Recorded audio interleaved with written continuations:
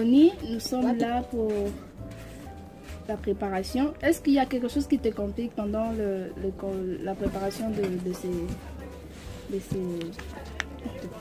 Comment c'est ton stylo? On commence déjà, il y a des questions de culture générale. Oui. Faites voir. Vous avez déjà résolu, je pense. Vous avez réfléchi, non? Oui. Voilà. La première question, c'est quoi? Première question.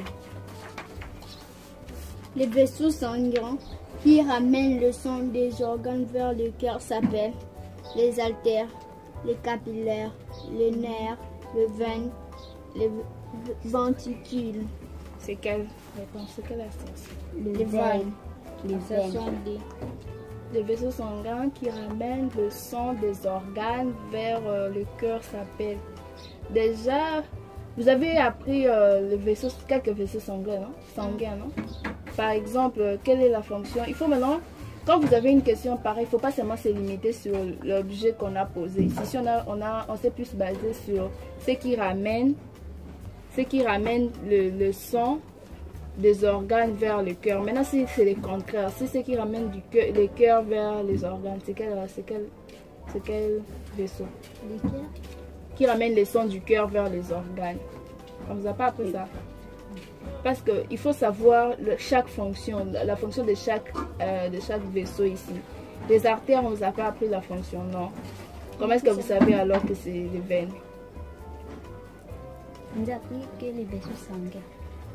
On vous a appris quelques vaisseaux sanguins. On avait dit quoi sur les vaisseaux sanguins? Mais vous êtes en pleine préparation. Vous pouvez aussi prendre vos cahiers de sciences. Par exemple, si tu vois que non, tu es bloqué. Il ne faut pas répondre seulement par hasard ou par un coup de chance. Parce que ça, c'est la préparation.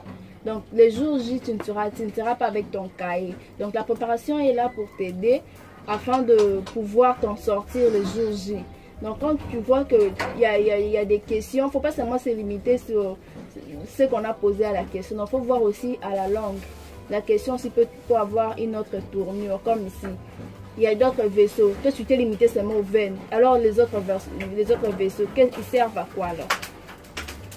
Donc, il faut revoir vos cahiers des sciences. Passez à la question suivante. La partie de la fleur où sont formés les graines après la fécondation s'appelle les stigmates. B, les ovules. C, les pollens.